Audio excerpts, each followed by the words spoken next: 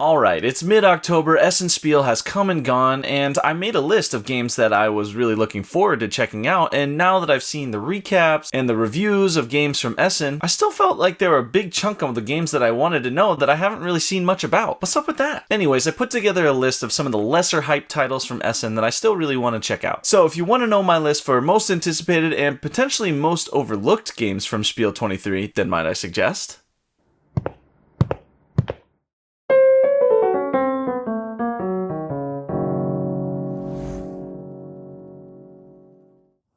Hi, I'm Alex from Might I Suggest a Game, a channel devoted to helping you find your perfect board game. Today, like I mentioned before, we're going to be talking about some of the board games from Spiel 23 this year that I think have kind of been overlooked. These are board games that I was really looking forward to seeing coverage about beforehand, and now that I've seen everybody's haul picks and recaps, I'm still waiting to hear more about some of these games. I think it's really easy with a con this size to get caught up in a lot of the hype, so I wanted to highlight some of the games that I think are maybe underhyped, but still have the potential to be really good. Today, I'm going to be going through my top 10 most overlooked games, but I'm really interested to see if you found any hidden gems from the convention or if there were some games that haven't been talked about that you are really interested in. Let me know in the comments what you think were the most overlooked games at Spiel this year, and while you're there, don't forget to subscribe and hit that little bell button so you can get notified when I post new content. Anyways, this is a top 10 list, so I better get going. Will one of these overlooked games be the perfect game for you? Let's find out, shall we?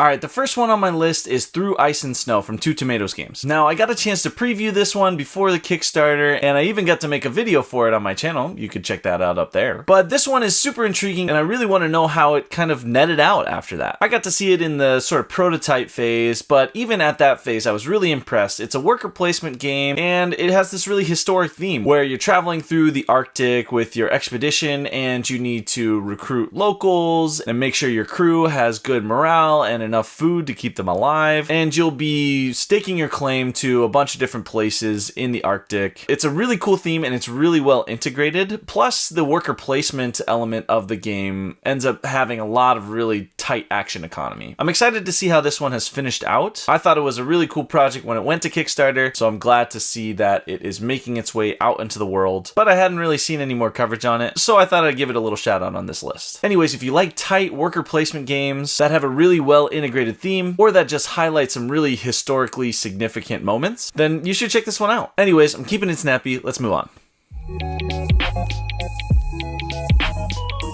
Alright, the next one on my list is 12 Chip Trick. Now, you may not know this about me, but I'm a big fan of trick-taking games. I grew up playing euchre and hearts and all that. I am from the Midwest, after all. So when this game came across my feed, I just had to check it out. It seems really simple. Instead of using cards, you're actually just using these poker chips, and you're kind of bidding for tricks, right? When you put your chips out into the middle, whoever wins the trick gets to take a chip and keep it for their final score. If there's only one red token, they have to take the red token. But if there's multiple red tokens, they can choose between the two. Now, one of the most interesting parts about this game, I think, is the final scoring. You're kind of secretly playing a game of 21 here. If all players' scores end up over 21, then it's just whoever has the highest score wins. But if at least one of the players gets below 21, then whoever's closest to 21 wins. There's a really interesting gamesmanship. If you're only getting low tiles to score from, then maybe you go for the blackjack. I love a good trick-taking game with a twist, and this one seems about as simple as they get while still providing a real depth of strategy. So I'm super excited to check this one out. I definitely think if you like trick-taking games, if you like press your luck, and if you kind of like that gamesmanship and bluffing that comes with that, then you should definitely check this one out. Whew, talking about it just gets me real excited. Anyways, moving on to the next one. The next one we're going to be talking about is another one from Mondu Games. This is a Korean publisher, and I've been really kind of tapped into what they've been publishing ever since they did Jekyll vs. Hyde, and they've also sent me a game called Merchants of Dunhuang, which was also really good. But the one I'm going to be talking about today is Dracula vs. Van Helsing. Now, I know that they are also coming out with extra content for Jekyll vs. Hyde, but Dracula vs. Van Helsing kind of offers a little bit of a simpler take on that two-player asymmetry that Jekyll vs. Hyde is going for. I've been playing it a lot on Board Game Arena, which has been fantastic fantastic to kind of try out some of these titles, by the way. And there's some really interesting choices, right? It's a 2-player game where one player plays as Dracula, the other player plays as Van Helsing, of course, who is hunting Dracula. And you're kind of doing a little bit of an area control battle with the cards in your hand. So you've got 5 cards, and you're trying to win control over these 5 different regions on the board. If Dracula wins a region, they get to change one of the villagers to a vampire. And if they manage to change all 4 of the villagers in one district into vampires, then they win. But Van Helsing, every time they win a district, they maintain the status quo and Dracula takes a hit. So if Van Helsing can get Dracula's health all the way down before Dracula can change one district into all vampires, then they win. It's a really interesting back and forth, and there's a lot of decisions to be made on whether you play cards for their ability or you keep them to try and win the control battle. The gameplay offers some really interesting decisions. You basically just draw a card and then you have to discard a card. And when you discard a card, you get to take the power on it. So you have to decide, do I want to discard this good card for its really good power, or do I want to keep the high card to see if I can win that district in this round? It's a really cool 2-player asymmetrical game. So if you like Jekyll versus Hyde, but some of that trick taking was a little bit too much for you, which to be honest is kind of me, then you should check out Dracula versus Van Helsing. And like I mentioned before, you can check it out on Board Game Arena right now. Anyways, let's keep it going. The next one up is Ito, and this one is a really interesting one. It comes from the folks at ArcLight, who weren't really on my radar until they worked with Oink to do Tiger vs. Dragon, which I picked up a copy of at Gen Con. Now, this game isn't the strategy that Tiger vs. Dragon is. It is more of a party game, but there's something about it that really struck my fancy. Basically, the concept is similar to the Mind, where you've got number cards and you are trying to place them in numerical order in the middle without really communicating. But unlike the Mind, where there is no communication at all, there's actually a little bit of communication that you can do during the game, but it all has to be based on the themed card for that round. So for example, if the theme for the round was board games, then if I had the 1 card, I would let everybody know that I've got Catan in my hand, right? So that would be 1. Not 1 as in number 1, but 1 as in probably the worst or bottom of the ladder. Okay, don't come for me. Don't come for me for that one. Anyways, I think it's really interesting. It's basically a mix of the Mind and of Wavelength. 2 of my favorite party games really to break out. So I'm really interested to see more about this. Plus, I think the illustrations on it look really cute as well. I didn't hear a single person talk about this one, but I'm really excited about it. So, you know, ArcLight, if you see this, send me a copy. I'll definitely check it out. Anyways, that's Ito. Let's move on to the next one.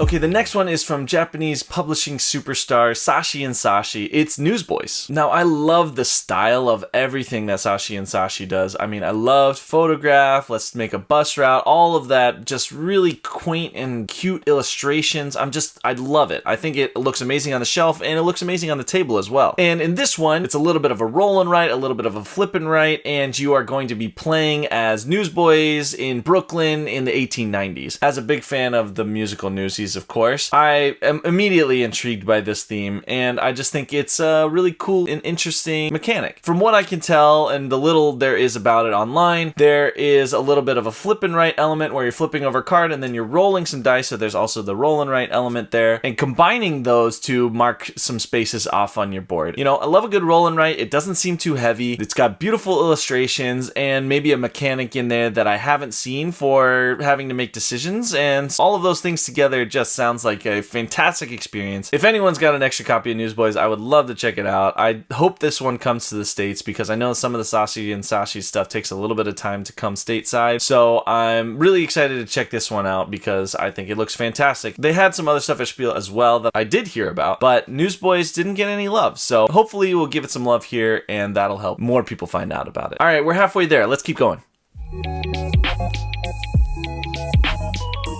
Alright, the next one on the list is a game called HUND, and this one is probably the most unhinged trick-taking game that I have ever seen in my life. It kind of disguises itself as a simple trick-taking game. You got 5 suits, you got to follow suit and all that stuff, you know, standard trick-taking stuff, but then all of a sudden, as soon as someone plays a 3, things go off the rails. The first time someone plays a 3, that essentially determines the trump suit for the rest of the round. Then the second 3 that's played determines the suit that will score 1 point per card at the end of the round. Okay, so we got trump, we got scoring cards. All right. Then when the third 3 gets played, that suit then becomes one where there's a little bit of a majority bonus thing happening. If you have the most or the least, you don't get any points, but if you're in the middle somewhere, you get 3 points for that. Trust me, I have no idea what I'm talking about. Then when the fourth 3 comes out, that determines the suit for which you'll get -1 point for each card that you have. And then when there's only one left, which you'll know as soon as you play the fourth one, that suit will determine who becomes the lead player in the following round. Whew.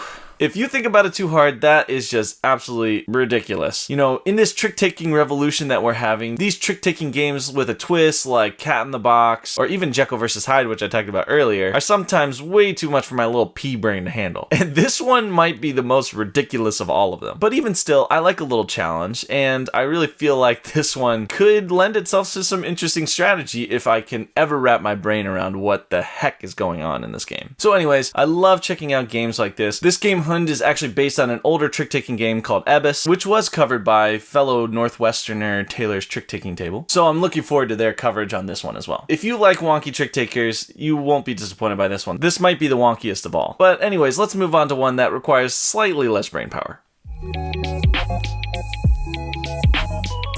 Alright, the next one that I'm really interested in is a game called Trio. Now, this is a European port of a Japanese/Korean game called Nana, which I played at a party probably 2 months ago, and I still haven't stopped thinking about. I mean, it's basically just glorified Go Fish. You've got cards in your hand, and on your turn, you can either flip over cards in the middle to try to uncover certain cards, or you can ask people to reveal their highest or lowest card, and basically you're trying to make sets of 3. If you reveal 3 cards, and they can include the ones in your hand, then that will go in front of you, that's one of your sets, and as soon as you get 3 sets, you win the round. I just think this game is super simple. It was so fast to learn, but it was just maddeningly difficult to win. And when you did win, oh my goodness, it feels so good. Because inevitably, based on the way that the game is played, you're basically stealing that win out of someone else's hand, which is fantastic and makes for a great party game. Anyways, I'm more of a fan of the art in the original Nana, but any way that I can get this game to the States, I'm happy about it. So if I can get a chance to pick up Trio, or hopefully Nana, I suppose, I would definitely take it. And if you like quick and easy small box card games like this, you should definitely check this one out. Alright, moving right along.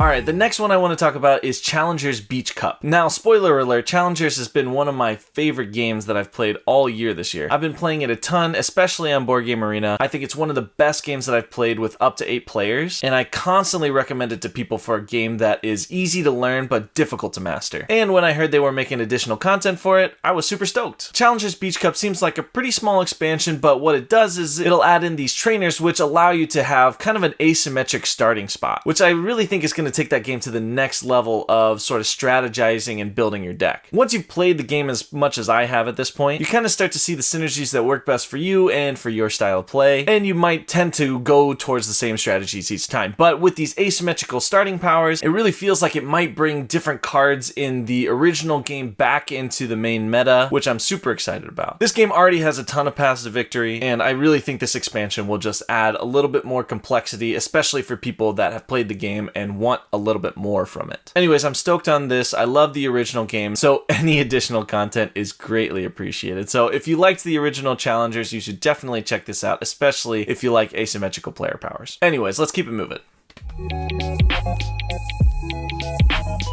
Alright, the second to last game on my list is a really interesting one called Pray Another Day. Now, usually I'm drawn in by artwork, and I will say I was drawn in by this artwork. I can't tell if it is really good or really bad, but either way, I think this game seems really interesting to me. Basically, in the game, you've got 5 cards, go from 1 to 5, right? And it's kind of like the food chain, but you really have to get the timing right and figure out when to play and when to bluff to win the game. So basically, everybody's going to play a card face down, and then you're going to reveal those cards in food chain order. So basically, the bear will always go first, and if you reveal a bear, then you'll go hunting. But if someone else also reveals a bear, then you'll clash heads when you hunt, and you won't be able to hunt anything. So basically, if more than one person plays the same card, then those get canceled out and nothing happens. Then it will move down the pecking order, going with the wolf, and then the lynx, and then the owl, and then the mouse. And each of those, if they're the only one available, will get to hunt. So for example, if only one person has a wolf, they'll flip it over, and then if they're the only ones that played that card, card, they'll get to hunt something below them, right? So they'll call out either the lynx or the owl or the mouse, and then any players who played that card have to reveal, and they are now out of the round. I mean, you've only got 5 cards in the game. The lower value ones are better at hunting, but the higher value ones will give you more points if you survive at the end of the round. So really, you have to survive to score points, but it's a really interesting bluffing and gamesmanship thing. It seems super easy to pick up, which I love, so I'm always a big fan of a small box card game that you can explain in 5 minutes, and I really think this one falls into that category. I didn't hear really much of anything about this game, which is really surprising to me because it feels like it could be a real big hit. So definitely keep an eye on Pray Another Day, especially if you like those small box card games or the bluffing and those kind of party card games that'll get people laughing and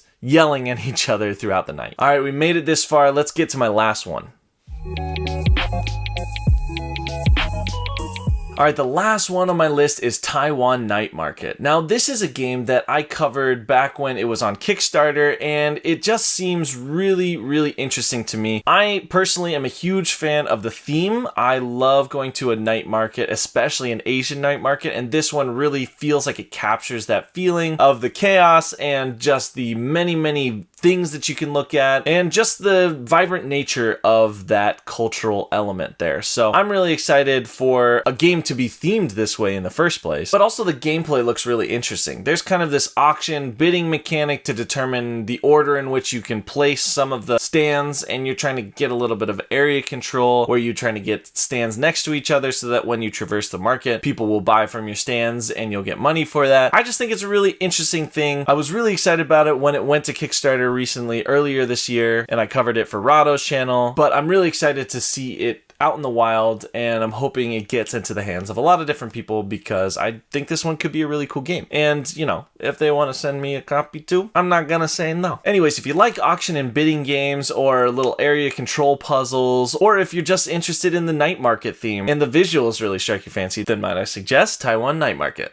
Alright, thanks for sticking around for my entire list of what I think are the most overlooked games from Essen Spiel this year. Let me know in the comments if any of these games were on your list too, or if there were other games that I missed that you think we should really be talking about. Really, my goal for all of this is to give myself motivation to make it to Essen next year, so that I can check out all these hidden gems myself. Anyways, thanks so much for everyone who supported the channel so far. Please don't forget to like, comment, and subscribe so I can keep growing this channel and keep helping you find your perfect board game. Once again, this has been a Might I Suggest a Game production, and I'm Alex, your board game sommelier, signing off.